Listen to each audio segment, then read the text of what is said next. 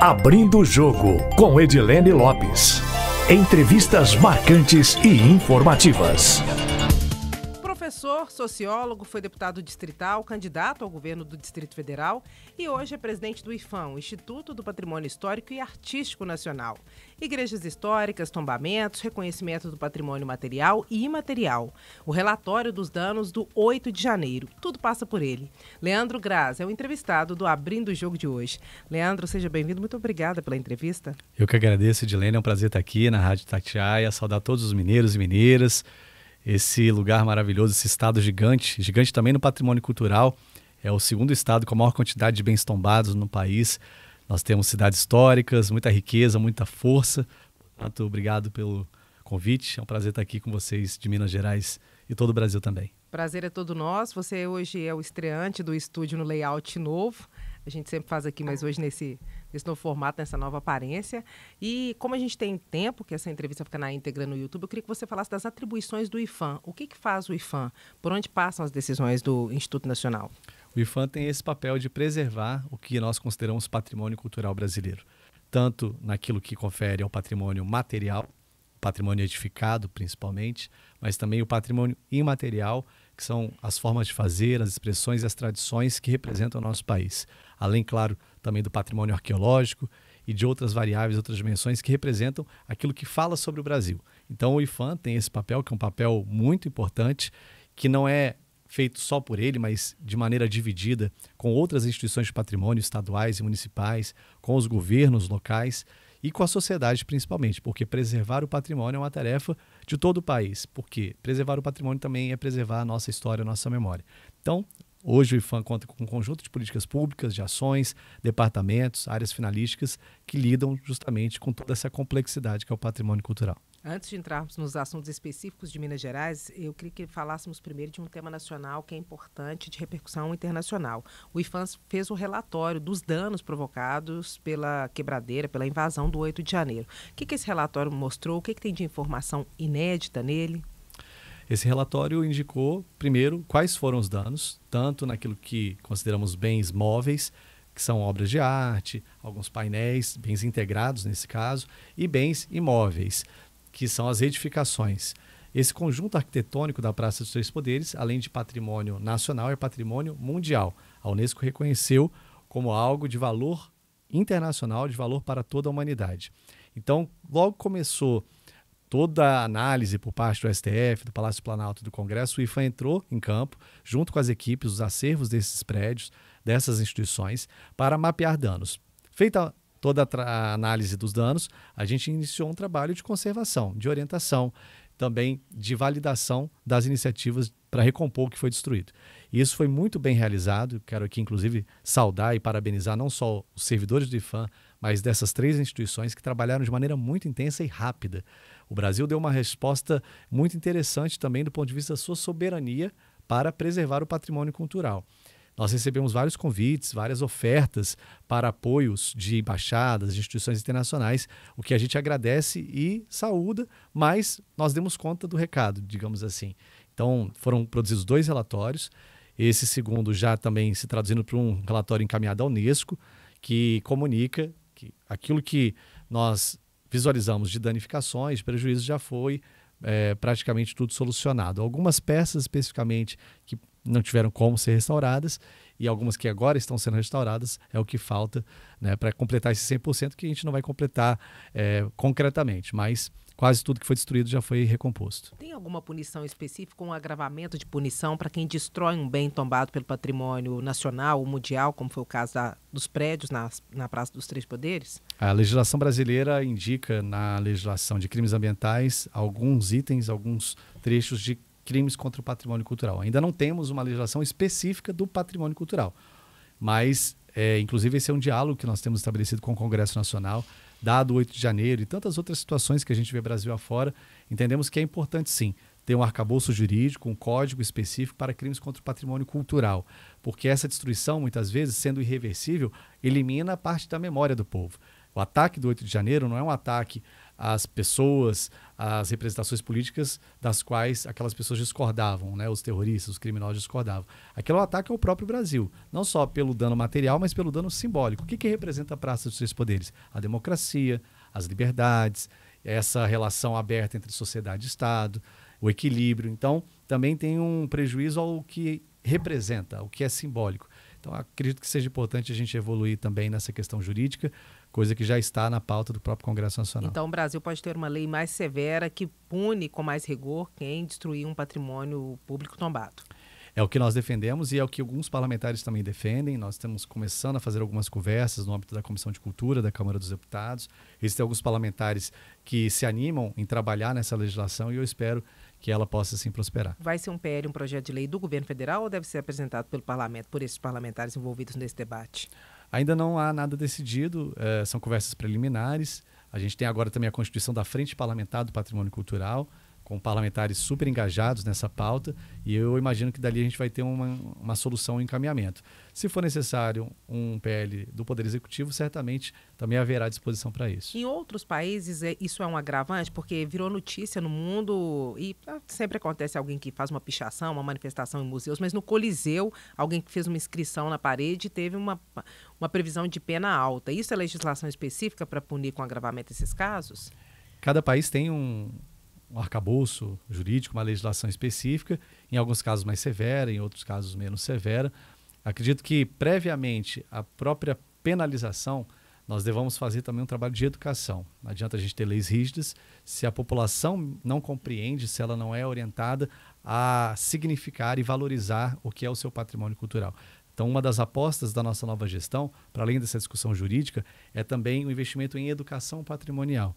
Nós entendemos que garantir o acesso do povo, de forma geral, ao significado, ao valor, à história e à memória dos bens culturais, garante que haja um cuidado maior. Como eu disse no início, a preservação do patrimônio é tarefa do IPHAN? Sim, mas não só dele. O IPHAN não vai conseguir preservar o patrimônio cultural sozinho.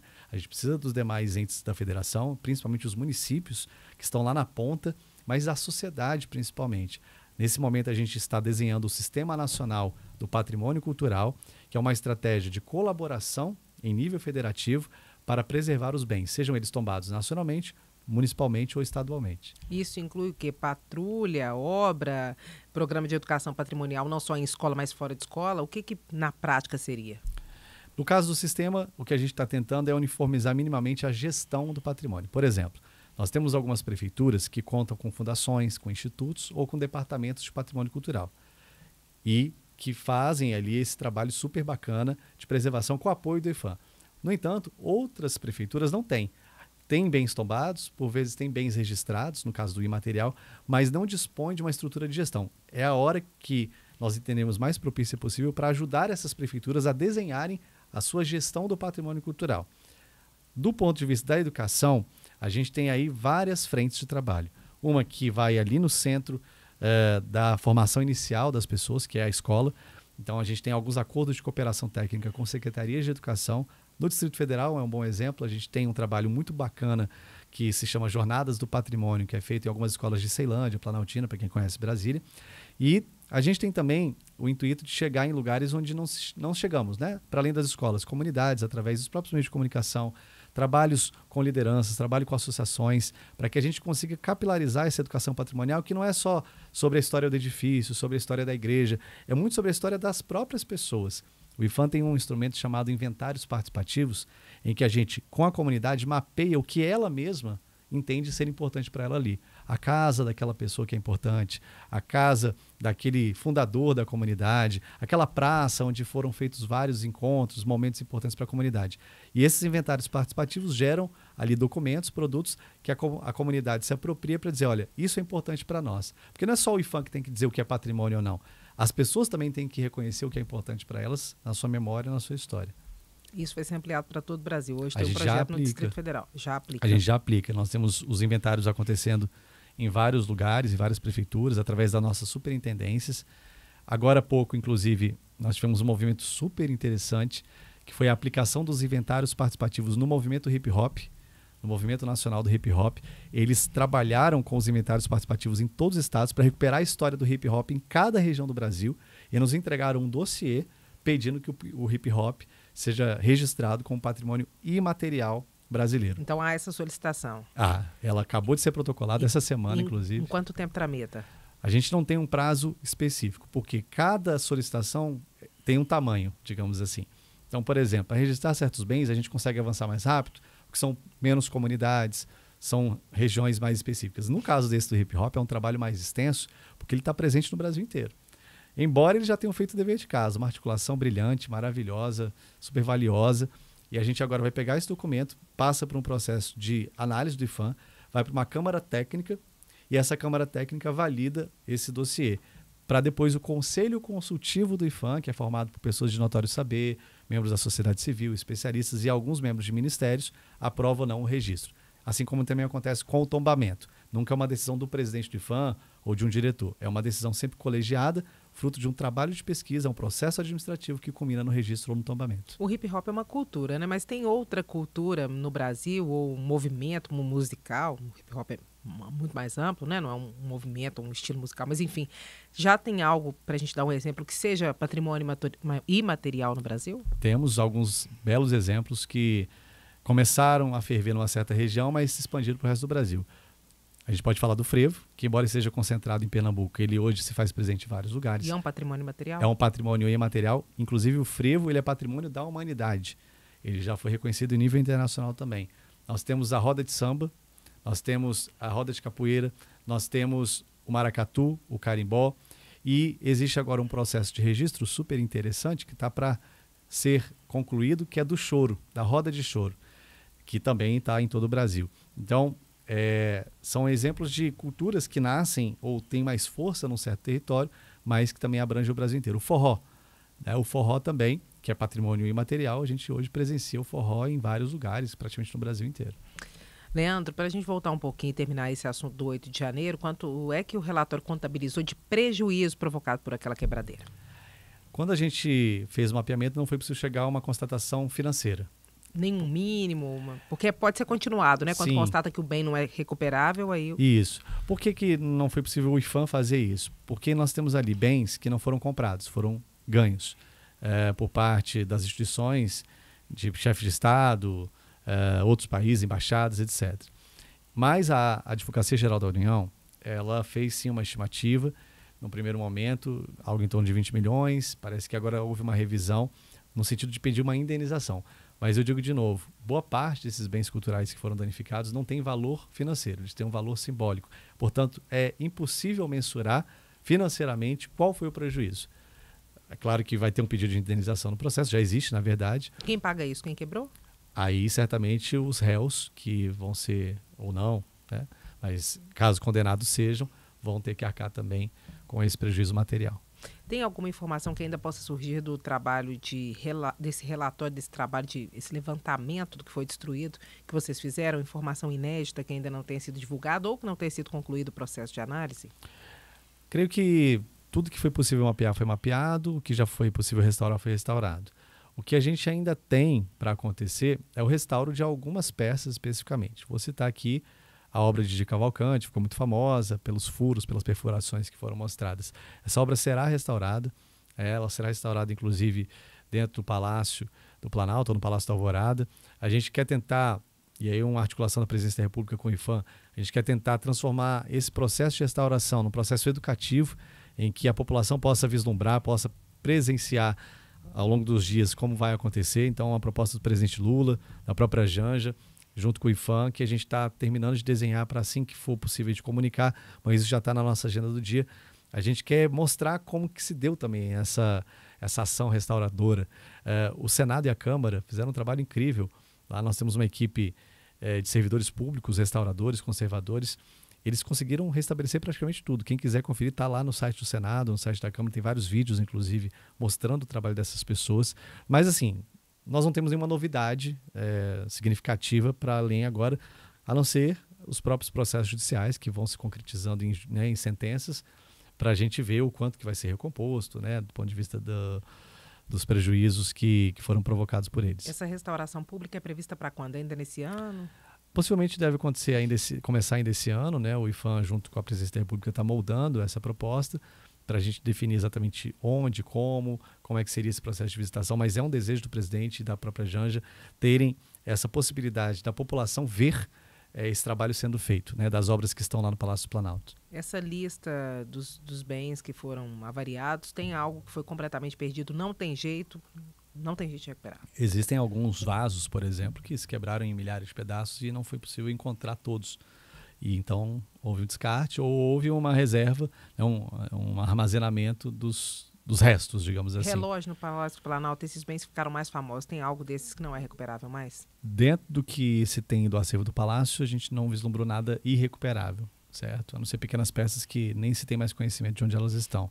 O STF teve muita coisa quebrada. Eu visitei os 3 depois do dia 8 de janeiro. A gente chegou ao IPHAN na mesma semana. Tem muitas peças que foram roubadas também do próprio STF, que não certamente serão encontradas. E quadros também, né, que foram altamente degradados. Tem muita coisa que vai ficar ali como objeto de memória. Inclusive, é um desejo do STF, na figura da ministra Rosa Weber. Nós já tivemos a oportunidade de conversar com a direção-geral do STF e de outros ministros, de termos algumas dessas peças irrecuperáveis como símbolos de memória para contar a história do dia 8, para quê? Para que não se repita. Que é justamente nessa linha que se faz a tal da política de memória. A gente não conta para celebrar, para exaltar. A gente conta para memorar e não esquecer e não repetir. Que é um pouco a lógica também da educação patrimonial, do patrimônio sensível. Mas pode ter um museu do dia 8 ou cada poder vai ter uma exposição dentro do seu espaço? Existe um movimento que foi construído dentro do Ministério da Cultura, a pedido da ministra Margarete, para se construir um museu da democracia aqui no Distrito Federal. Quem está conduzindo esse processo é o Instituto Brasileiro de Museus.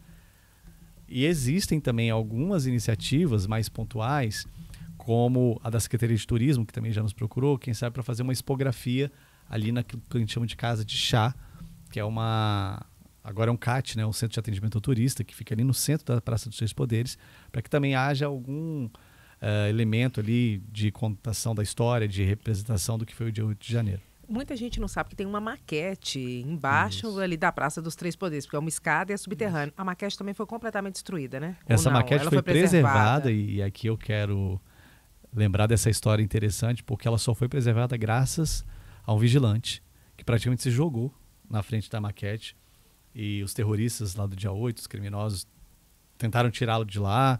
Ele pediu, pelas histórias que a gente recebeu, pelos relatos, ele pediu para que não quebrasse a maquete. Então a maquete foi preservada graças a esse herói brasileiro, que eu não tive ainda a oportunidade de conhecê-lo, mas é um dos trabalhadores que cuida ali da vigilância da Praça dos Três Poderes. Que ainda está fechada a exposição, né? A área da maquete não está aberta ainda, não está funcionando ainda. Até onde eu saiba, estava acessível. Quem faz a gestão desse espaço, a Secretaria de Cultura do Distrito Federal, mas me parece que já foi liberado, não tenho certeza. A gente pode depois confirmar essa informação. Vamos pular do Cenário Nacional para Minas Gerais? Vamos lá. Minas Gerais tem um processo de reconhecimento do queijo, do fazer queijo como patrimônio imaterial. Como é que está a tramitação desse processo dentro do IPHAN? E é qualquer tipo de queijo ou um queijo específico dentro de vários queijos que são produzidos em Minas Gerais? Como é que é esse processo? Essa é uma ótima pergunta, Jane, porque dá até a oportunidade de explicar o que a gente entende como o patrimônio imaterial. O que o IPHAN reconheceu anos atrás como patrimônio imaterial brasileiro não é o queijo como materialidade. Não é aquele que você vai pegar no mercado e vai comprar e vai para casa. Tem um patrimônio aqui. Não. O que a gente reconheceu são os modos de fazer, porque a riqueza cultural está justamente nas relações sociais, nos saberes, nos conhecimentos aplicados à produção do queijo. Ou seja, a gente está falando das pessoas e das suas tradições, que são passadas de geração em geração naquela região, que é a região da Canastra, da Serra da Canastra. Então o IPHAN já tinha registrado como patrimônio imaterial brasileiro e este ano nós encaminhamos à Unesco uma candidatura para ser considerada patrimônio da humanidade, ou seja, vai ganhar um status internacional deste bem, né, que são os modos de fazer do queijo Minas da Serra da Canastra. Queijo Minas artesanal, lembrando sempre, né? Então, como é que isso foi construído? Primeiro, chegou um pedido, e aqui eu quero destacar o papel da AME Queijo, que é essa associação de produtores, pequenos produtores, diga-se de passagem, famílias, agricultura familiar, que junto com a Emater e outras instituições se mobilizaram para esse reconhecimento acontecer. Foram muito importantes agora para o dossiê que a gente encaminhou para a Unesco, foram altamente proativos na recuperação da memória das pessoas, dessas famílias de pequenos produtores, os locais onde eles viviam, das próprias ferramentas e desses conhecimentos aplicados. Então, o que a gente reconheceu foi o modo de fazer do queijo. Muitas vezes chegam pedidos lá no IFAM para se reconhecer como patrimônio uma determinada comida, um determinado prato. A gente não reconhece como patrimônio porque aquilo é um produto. O que a gente pode vir a reconhecer como patrimônio é o conhecimento que faz esse produto ser de fato criado. E aí que está a riqueza cultural, porque a gente está falando justamente dessa transmissão de saberes. Além do queijo Minas da Serra da Canastra, que já é patrimônio imaterial nacional e agora concorre também ao título internacional, qual modo de fazer dentro da gastronomia no Brasil já é reconhecido como patrimônio imaterial, tanto nacional quanto internacional? A gente tem um caso que não é especificamente da produção de alimentos, mas pega indiretamente a culinária, que é o ofício de paneleiras lá de Goiabeiras, né? Que é, se não me engano, no Espírito Santo. A gente tem também a cajuína, que o modo de fazer da cajuína, as tradições dos saberes da cajuína. Além desses saberes que estão atrelados à culinária e a determinadas expressões gastronômicas, a gente tem os saberes que estão mais atrelados à música, a danças, a expressões até religiosas, no caso das congadas, no caso dos reisados, aliás. A gente tem algumas festividades, alguns lugares, como feiras que reúnem expressões culturais como um todo, que são reconhecidos hoje. São 52 bens registrados no Brasil como patrimônio imaterial. Internacional e gastronômico, o queijo Minas seria o primeiro brasileiro, ou não? Seria um saber atrelado a um fazer gastronômico, seria o primeiro. Agora, o que tem de novidade para Minas Gerais em relação a obras, igrejas, cidades históricas, que nós concentramos muitas no território mineiro? Exato. Minas tem um repertório de patrimônio tombado, que é isso que a gente chama de patrimônio material edificado. A gente está falando, às vezes, desde uma igreja, um museu, até uma cidade inteira, como é o caso de Diamantina, de Ouro Preto. Ouro Preto é patrimônio também mundial. A gente tem um conjunto hoje de ações, entre obras pontuais, de igrejas, de casarões, também temos museus e temos teatros, como é o caso de Congonhas. A gente está para entregar agora em agosto o teatro da cidade, que fica ali no Parque da Romaria. Foi uma construção que o IFAM fez ainda da antiga ação do PAC, o PAC Cidades Históricas, que foi lançado lá em 2013, então é um passivo ainda desse PAC. A gente está entregando o Parque da Romaria também, a requalificação do Parque da Romaria. Vai ficar sensacional, são 2 equipamentos incríveis de Congonhas. A gente tem também a Casa de Câmara e Cadeia em Mariana, que a gente pretende inaugurar, a Igreja de São Francisco, que também está sendo restaurada em Mariana, que é um projeto feito através da Lei Rouanet.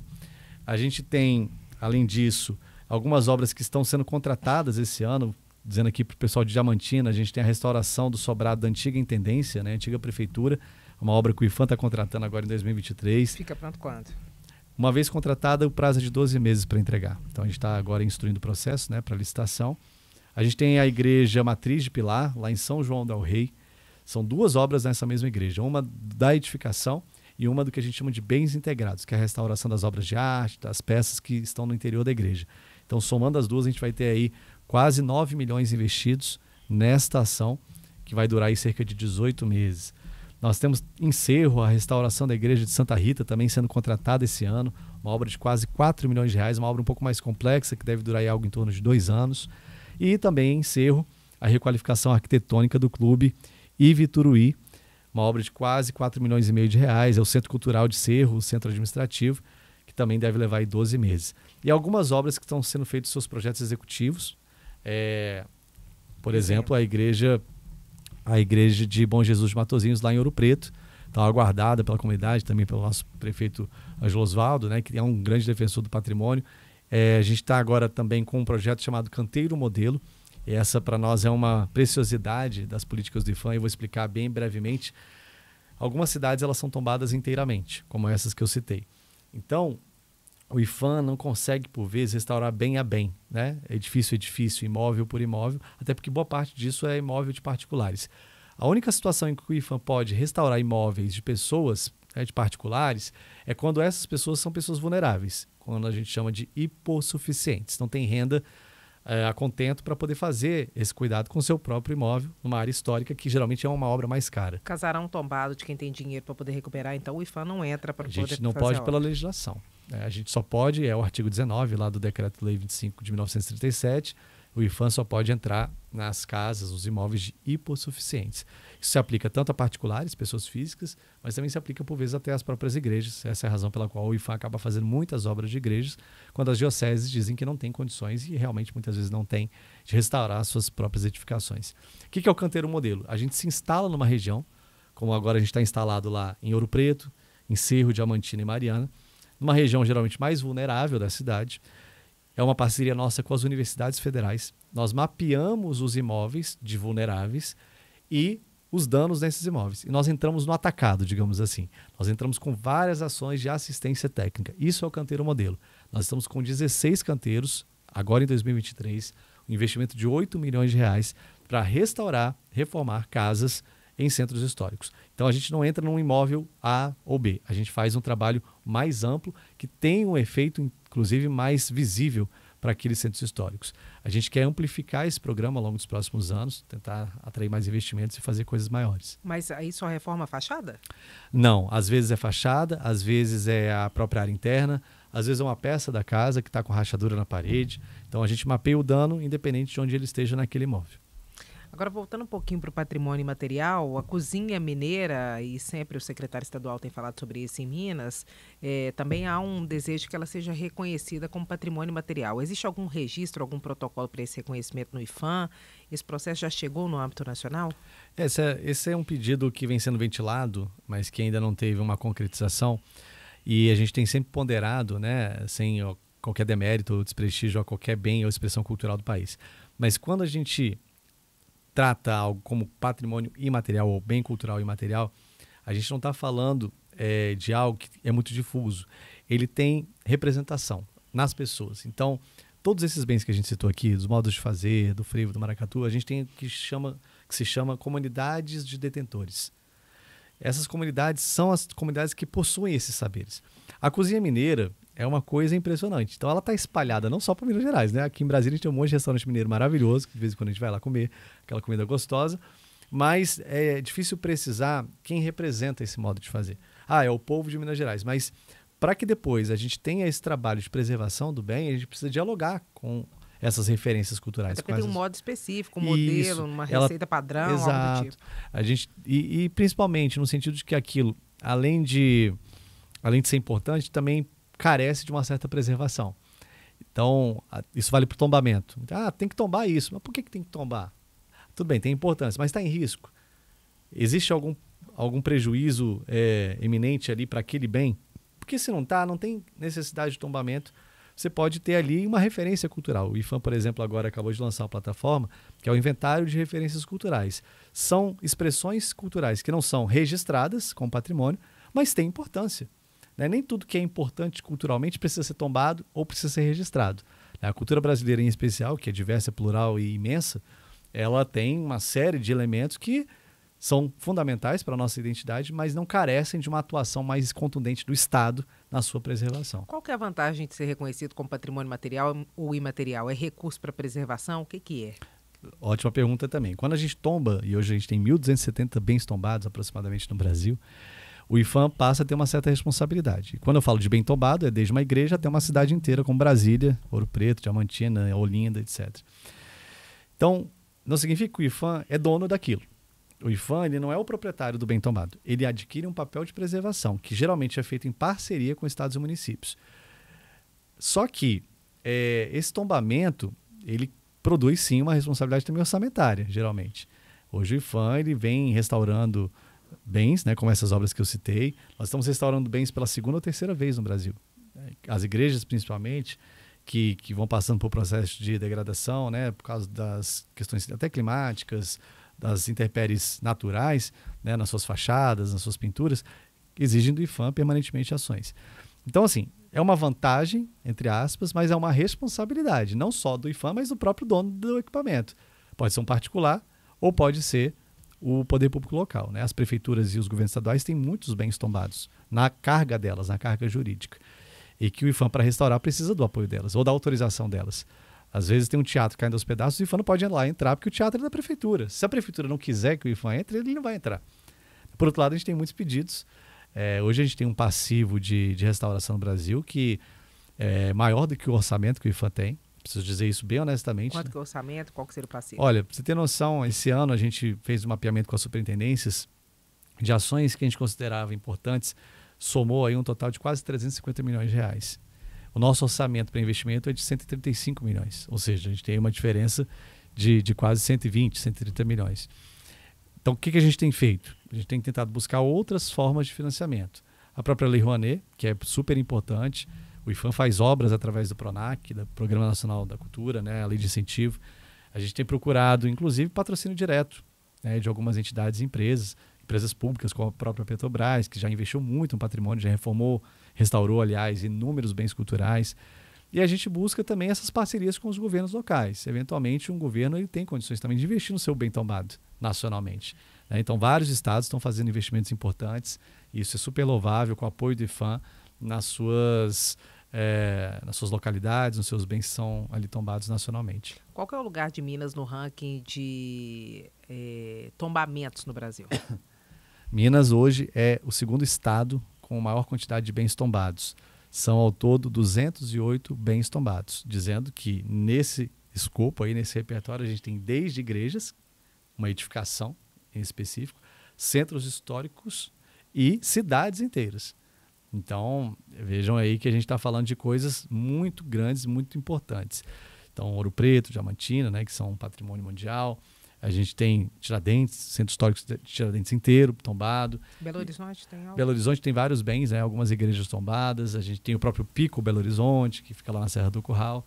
A gente tem ali também na capital algumas praças, alguns equipamentos em específico, né? Além de acervos, né, além de bens integrados, painéis e atos vulcão, como aqui em Brasília a gente tem painéis especificamente tombados. No caso de Minas também tem alguns. Então o IPHAN ele tem esse papel de preservação, mas de novo digo, é sempre uma parceria com quem tem a posse desses bens. Antes da gente falar da Serra do Curral, aproveitando aí o ensejo, a oportunidade, voltando no tema queijo, Minas, que é muito caro para nós, tem uma previsão de quando é que pode sair esse resultado da Unesco?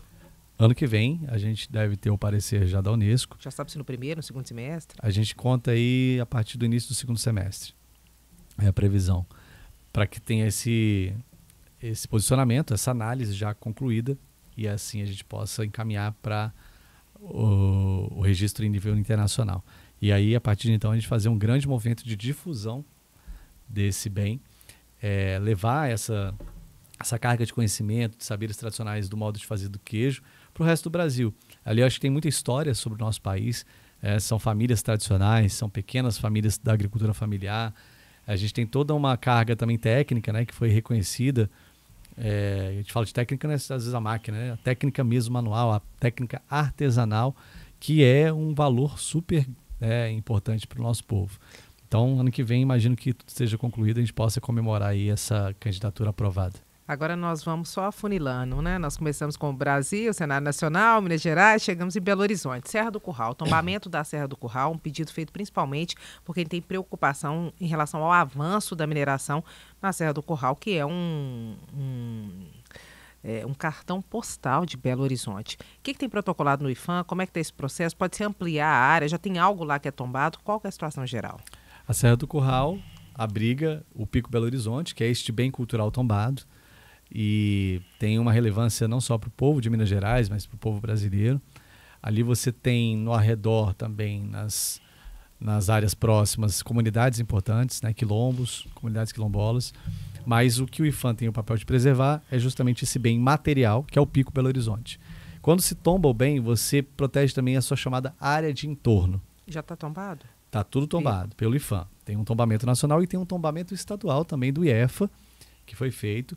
E ao longo desse tempo, obviamente, por ser uma área de relevância para a mineração, foram gerados inúmeras discussões, até conflitos a respeito dessas explorações. Mas o IPHAN sempre com muita cautela, no sentido de autorizar a mineração fora da área de entorno, né? Dentro da área de entorno, e principalmente na área tombada, não é permitida a mineração. Até recentemente, no início do ano, nós fizemos uma reavaliação de uma das autorizações, de uma cava especificamente, a Cava Oeste, que tem ali, da Tamisa, salvo engano, pedindo que fossem apresentados estudos de impacto sobre o Pico Belo Horizonte, o que não havia no processo. Até gerou uma certa polêmica, mas nunca é uma ação discricionária. A gente não proíbe ou autoriza de acordo com o desejo do IFAM, mas de acordo com os critérios de tombamento. Então, eu creio que ali é um tema importante para se debater em Minas Gerais.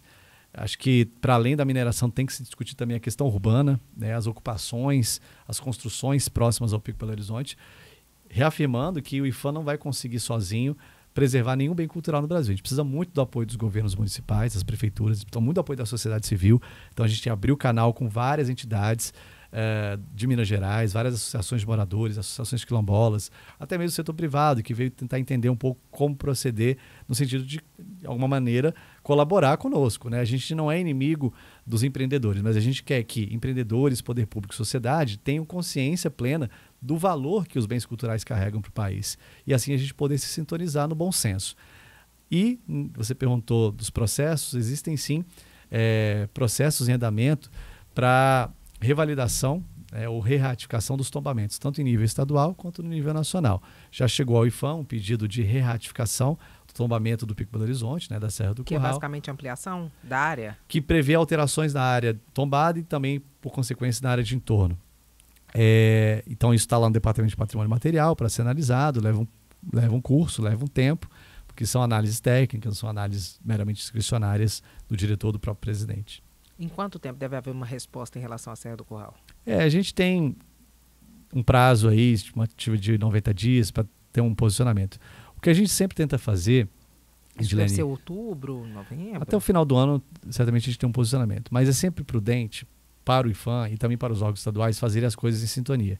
Para que a gente não tenha divergências entre os tombamentos municipal ou estadual e o tombamento nacional. É sempre importante que eles estejam casados, até porque muitos bens tombados nacionalmente só o foram porque houve antes um tombamento estadual. Então a gente também quer estabelecer esse canal de diálogo com o IEF, a gente quer estabelecer o canal de diálogo com a sociedade civil organizada, para que esse tombamento ele de fato faça sentido. Muitas vezes o IFAM é procurado para se tombar algo como se fosse uma garantia de que aquilo vai ficar intocável, de que aquilo não vai sofrer alterações.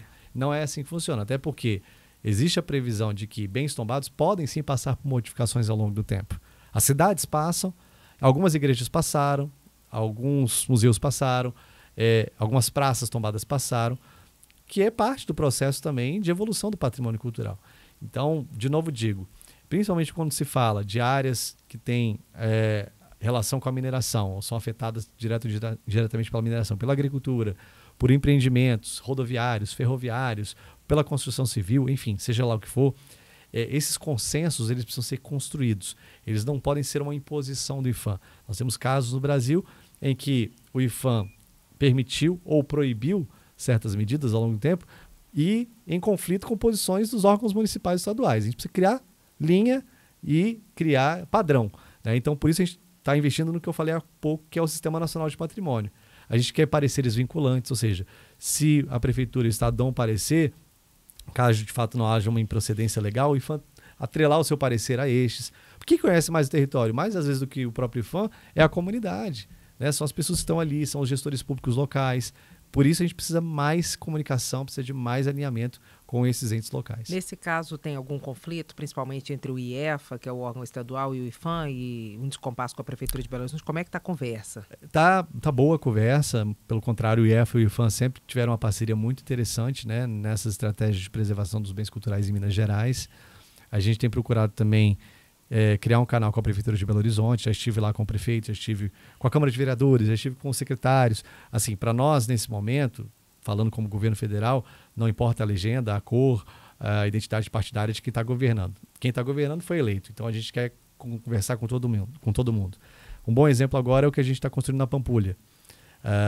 A Prefeitura constituiu um comitê gestor, formado por vários secretários, para a gente lidar com os problemas da Pampulha. Tem um problema hídrico, tem um problema ali de assoreamento em algumas áreas. A gente não vai resolver isso sozinho. O IFAM não vai lá e intervir num bem que é da comunidade e é da Prefeitura, né? Está sob a responsabilidade dela. Então, a gente precisa de canais. Então, só trazendo isso de novo. Não há conflito hoje, pelo contrário, há diálogo e há construção coletiva entre os governos federal, principalmente a Prefeitura de Belo Horizonte e ali as entidades de patrimônio. E há uma tendência ou não de alteração desse tombamento? É possível, mas ele precisa ser justificado tecnicamente. Quais as razões?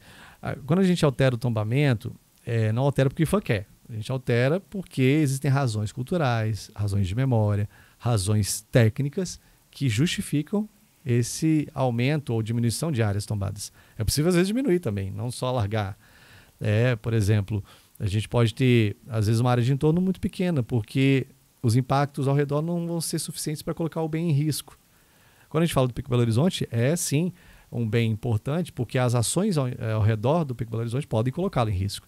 Então, seja ela de mineração ou de ocupação imobiliária, de construção civil, tem que ter muita prudência para que esse bem cultural ele não seja colocado em risco. Então, existe uma possibilidade de alteração? Existe uma possibilidade. Agora, aproveitando aqui o assunto Pampulha, o que compete ao IFAM na Pampulha e quais são os títulos hoje de tombamento e preservação que o conjunto arquitetônico da Lagoa da Pampulha tem?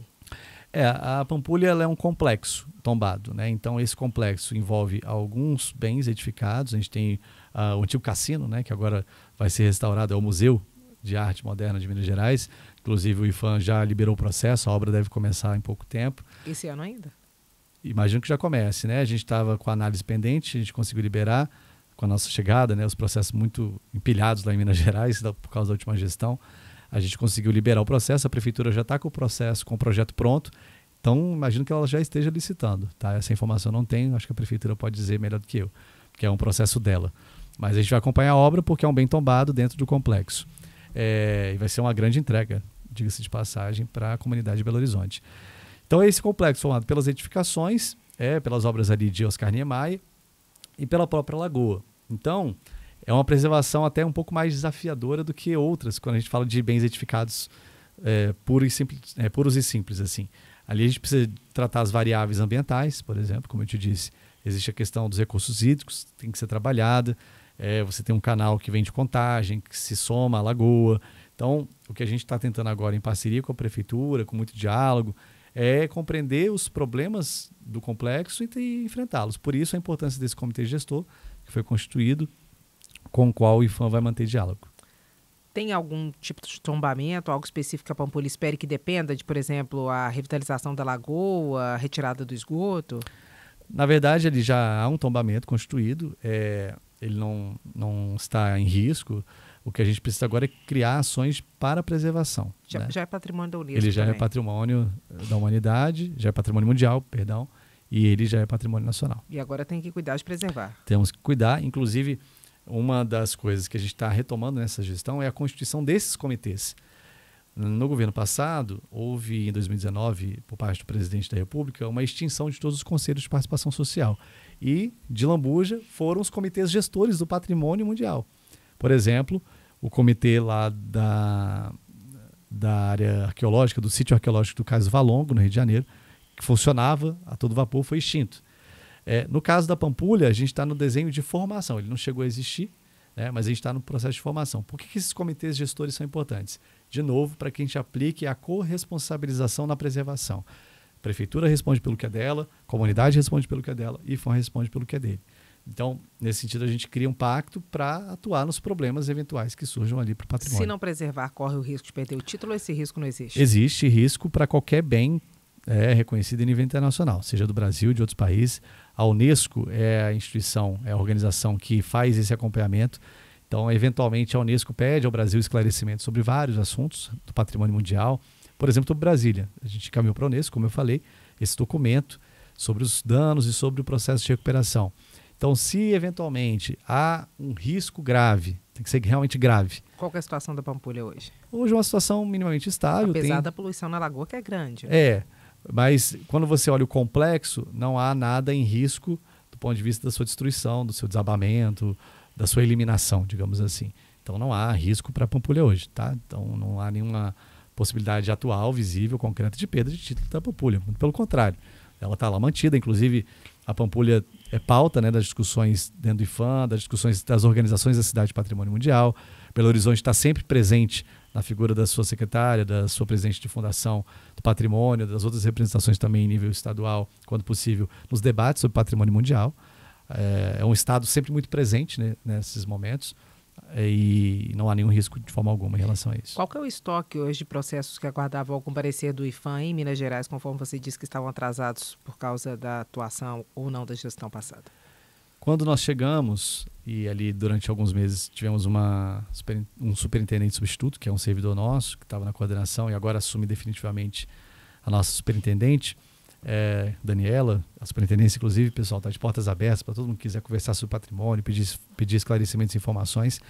Nós encontramos ali mais de 1.500 processos paralisados, né? Quase 2.000 processos paralisados. É muito em relação a outras superintendências? É demais. Quando a gente fala de processos, a gente está falando de análises técnicas, a gente está falando de licenças, a gente está falando de autorizações. Para fazer o que, por exemplo? Às vezes um evento numa área tombada. O IPHAN tem que analisar para ver se as estruturas ali construídas, implementadas, não vão colocar em risco bem. E coisas que até já tinham acontecido, assim, né? Então a gente fez uma força-tarefa, ainda está realizando para zerar esses processos. Paralelamente tem as obras, né, que estão acontecendo. Paralelamente a gente tem os projetos que estão rolando no imaterial, a educação patrimonial. Então, como uma superintendência grande, ela também carece de muita força de trabalho. E esse é um outro problema do IPHAN, que nós encontramos, um órgão muito deteriorado na sua força de trabalho. Vai ter concurso?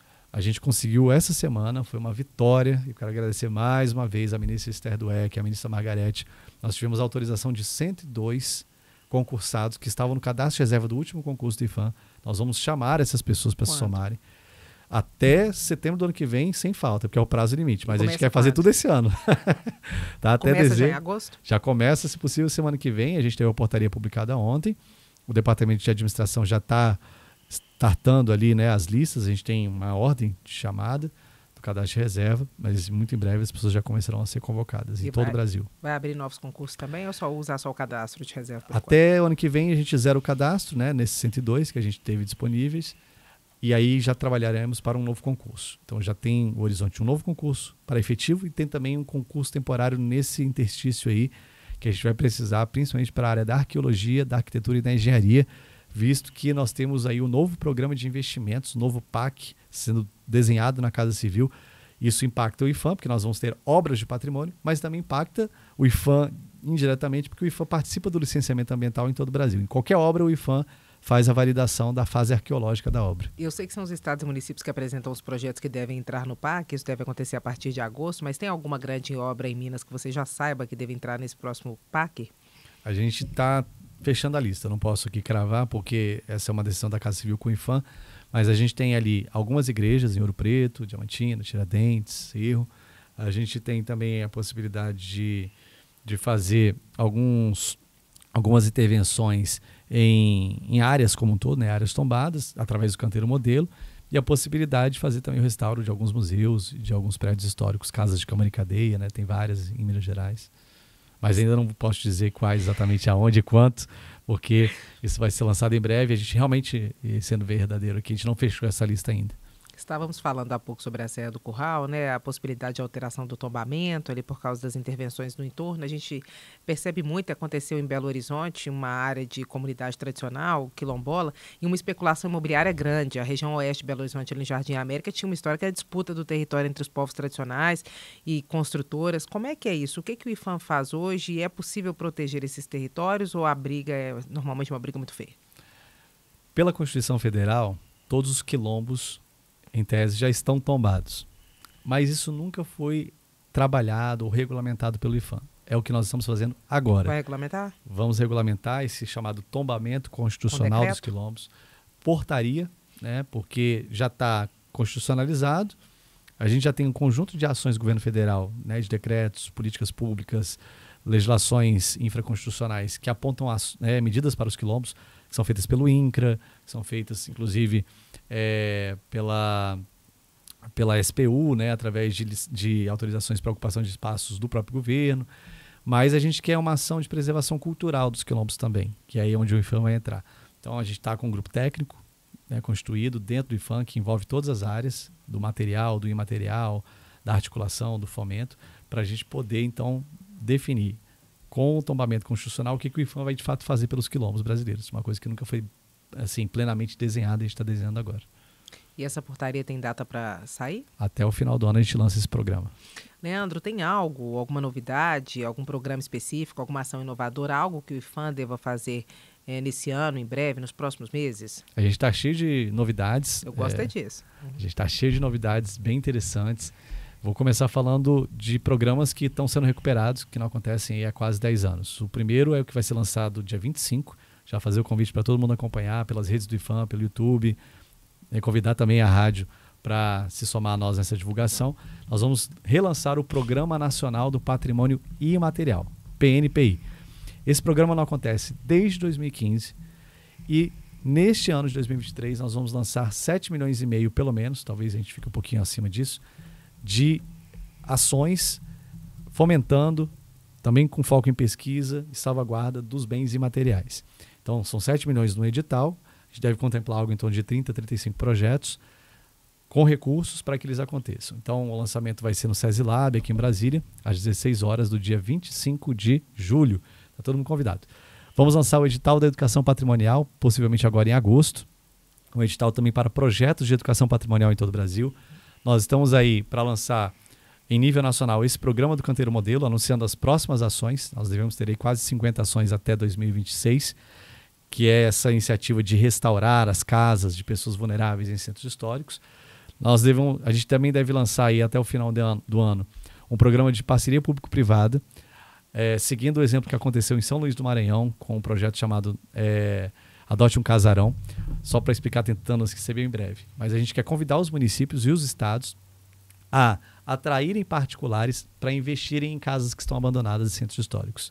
Então é um arranjo federativo que está sendo feito para que a gente possa ter a recuperação de mas de casas e imóveis que estão abandonados. E quem vai escolher o uso, a destinação final desse imóvel? Legal. Então, as prefeituras vão mapear os seus imóveis abandonados, sejam de sua propriedade ou de particulares que não foram encontrados, ou outros imóveis que elas queiram desapropriar. Então, nesses chamamentos, qualquer empreendedor pode propor ali, vamos supor, eu vou assumir o casarão, eu vou restaurá-lo e eu vou ficar com uma cessão de 20 anos, 15 anos, vai depender do ajuste que a gente vai fazer com cada prefeitura. E ele vai poder ocupar aquele imóvel para um café, para um hotel, para uma pousada, pode fazer para uma clínica, né? Em alguns casos, a gente vai fazer com o próprio poder público, aí não vai ser PPP, vai ser uma ação pública direta, para que esses equipamentos se tornem UBS, se tornem ali equipamentos públicos CRAS, que possam servir aquelas comunidades dos centros históricos. É inédito e tem um levantamento prévio, mais ou menos, de quantos casarões estejam abandonados históricos no Brasil? A gente está nessa fase de levantar quais capitais que vão participar nessa primeira fase. Só capital? Não, mas algumas cidades também que tem... Porque em Minas é cheio de cidades históricas, então quantidade A gente de vai começar com algumas capitais e algumas cidades médias que têm um repertório grande de áreas tombadas, né?